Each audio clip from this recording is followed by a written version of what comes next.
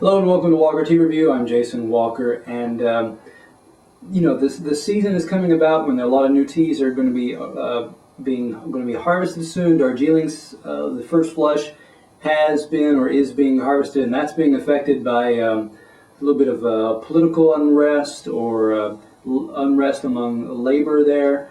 Of course, there's the tragedy that hit in Japan as well. And we feel for those. There are actually some Japanese tea companies who are getting involved in supporting relief efforts in Japan. So those things are worth noting. And there's China as well. Not a lot of new activities happening in China right now, as far that really do immediately affect tea in China, but.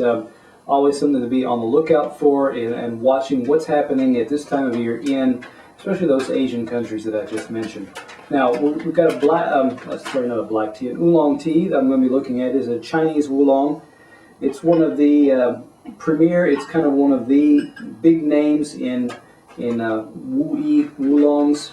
It's a Da Hong Pao. Let's go ahead and get this one started. I'm going to put in enough to really cover the bottom, say inch to inch and a half diameter of my gaiwan here. Just kind of lightly sprinkle that in. That looks good. Close that for a second while I add my water that's been brought to an early boil and allowed to cool for just about a minute or so, but still plenty warm enough that it's going to draw out enough of the character of this tea. Let me put this and set this to the side now. I should have had enough water that when I put my lid on it, creates a little bit of a seal. Some of the water rests above the rim of the lid there. It kind of creates a seal there. So we'll let that. I'll let that steep for a moment and talk about this tea and this tea company. This is from RedBlossom Tea Company. This is from the San Francisco Chinatown area. You can find this is their Heritage Grand Scarlet Robe, which is, like I said, a Da Hong Pao by their name. Let's see, what else can you find? You can get 2 ounces of this tea for $36. There's another little bit of information to find out about this tea. And so let's go ahead and talk about the aspects of this tea, the dry leaf, the wet leaf, and the liquor.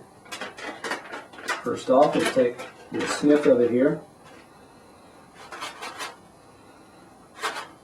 It's got those pleasant toasted notes to it, like toasted oats.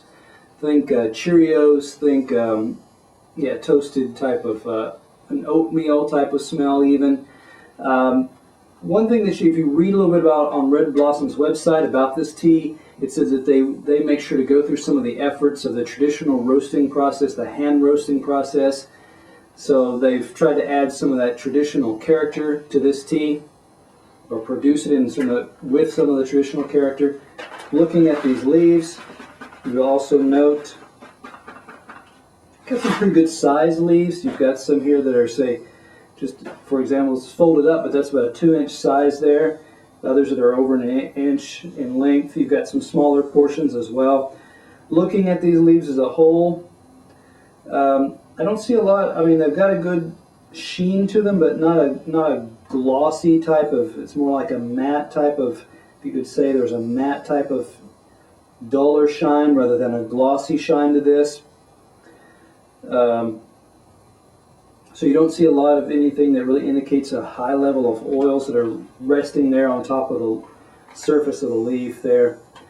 So really, other than that, just kind of typical looking at this point, wrapped along the middle vein of the leaf, various lengths. So not a lot to really draw out from that dry leaf, so we'll have to go on to the next part, which is the wet leaf, and then of course the liquor, to find out more about this particular tea. I'm going to get out my pitcher, and pitchers are great for especially if you're serving more than one cup, because in a gaiwan or any kind of teapot or anything really, the top liquor is going to be thinner and lighter, while the bottom is going to be heavier, richer, thicker. So you want to kind of distribute that more evenly by pouring it into a serving vessel first, which is what we'll be doing here. It also means that when we look at the liquor together, I can see it, consistently throughout. Get those last few drops. There's a lot of potency, richness in those last few drops. So let me set that aside and talk about this wet leaf for a moment.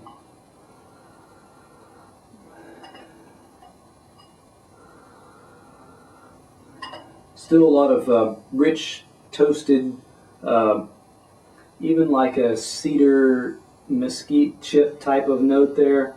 Lots of heat coming out.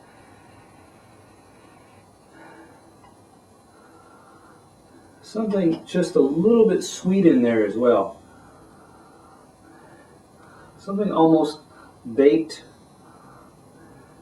almost like a baked apricot type of smell. Very light, very gentle coming out there. Okay, before I go too far, I do want to pull out a few of these leaves, and I'm getting leaf portions here.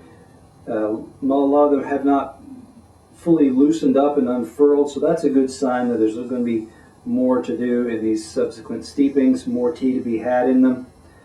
Not a lot of solid, full leaf elements, at least in this steeping that I got.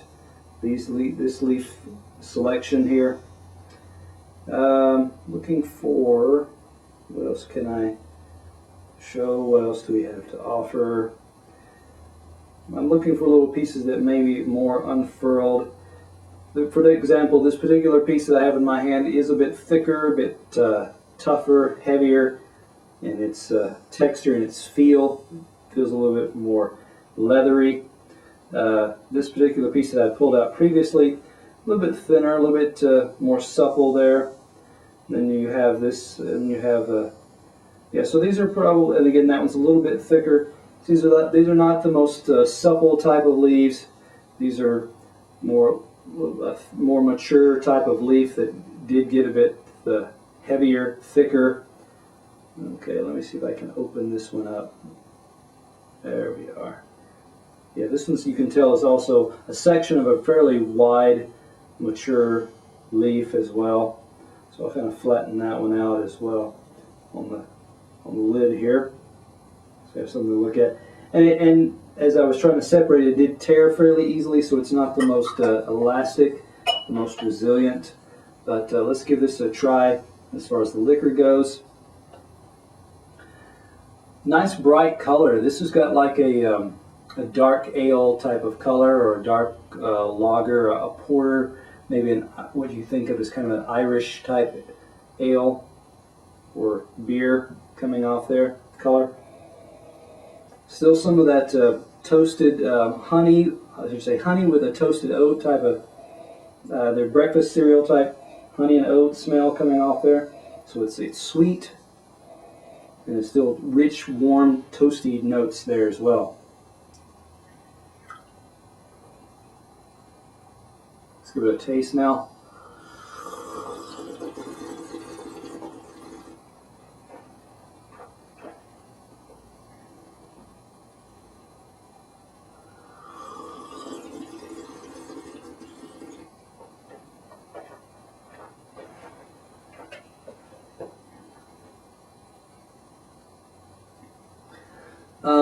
In previous tastings, I've tasted this off camera. What I note at this time and in previous times, yes, the color of the liquor looks pretty clear, consistent. The taste itself builds a little bit of sweetness in the aftertaste. I'm getting, as it cooled a little bit more, I picked up more of a thicker coating or texture on this one. And so it has more of like a silky, very light type of cream. I'm thinking a little bit of room temperature melted ice cream has just kind of coated over my mouth. It's that kind of coating that I'm getting on this type of tea. It's close to milky there. Okay.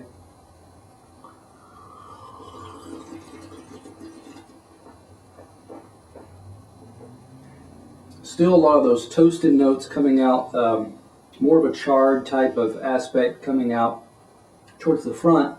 And then towards the back, it becomes more balanced with that sweetness. And this is somewhere along the lines of a roasted peanut, with the honey there, So it is sweet. It does have some of that kind of again, roasted aspect to it. The aftertaste is more extended. It still kind of plays well with that texture that's going on there, which also carries on somewhat. So when I look at this tea as a whole, I would give this tea, as far as Da Hong Pao's go, it does have a lot of the sweetness and character that you expect in the aftertaste. It has a texture that you would look for. It has those toasted, roasted type notes in the front and in the liquor. So when I look at this tea as a whole, I would probably give this tea a 90. Good positive notes, good balance and interplay between them as well. So come back to Walker Tea Review, where we look at Da Hong Pao's, and we look at season, we look at how the environment and how our earth shapes the tea that comes in front of us.